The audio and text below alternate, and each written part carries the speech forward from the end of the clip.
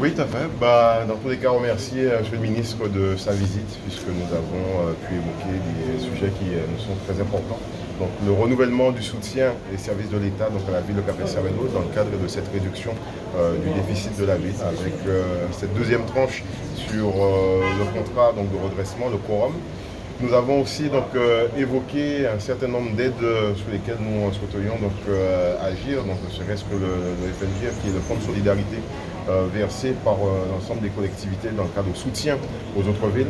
Or, vous le comprendrez, une ville en déficit, difficile pour nous de pouvoir participer à l'effort collectif, voir de quelle manière nous pourrions revoir la contribution de la ville, puis agir aussi sur les contrats aidés, puisque la ville de Capesterre, chaque année, accueille 15 parcours emploi compétences. Nous souhaiterions faire mieux, faire plus pour pouvoir accompagner toutes celles et ceux qui sont diplômés ou qui sont en quête d'emploi et qui sont là en attente de perspectives, et nous pour lesquels nous souhaiterions mettre en place une stratégie d'accompagnement.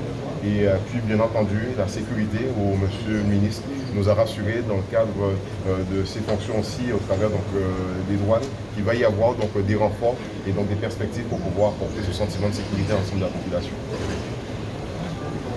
Bien, moi, je voudrais d'abord remercier Monsieur le maire et l'ensemble de l'équipe municipale pour son accueil ce matin.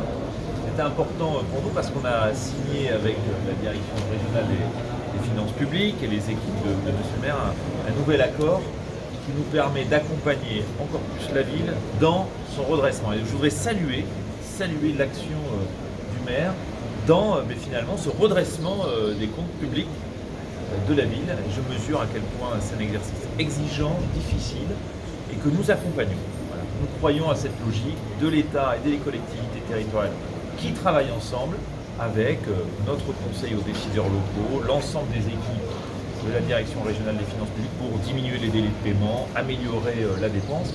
Donc voilà, c'est vraiment une collaboration exemplaire. J'espère qu'elle donnera des idées à d'autres communes pour s'engager dans ce type de partenariat, pour notamment permettre à celles notamment qui sont les plus en difficulté de trouver des solutions. J'ai aussi été interpellé par Monsieur le maire sur la question notamment de la sécurité, lutte contre les stupéfiants, et je peux lui redire la détermination de l'État, de tous les services de l'État, sous l'autorité de Monsieur le préfet, et notamment des équipes de la douane, avec un nouvel hélicoptère qui va permettre de couvrir l'ensemble de la zone anti-Guyane pour aller prévenir, éviter que notamment une partie des stupéfiants arrivent par bateau, renforcer la sécurité sur le port. J'aurai l'occasion de m'y rendre cet après-midi. Donc voilà, c'était, je pense, un moment important pour la relation entre la commune et les services de l'État, constructif, et qui, je crois, appelle à une collaboration de plus en plus fructueuse dans les prochains mois et les prochaines années.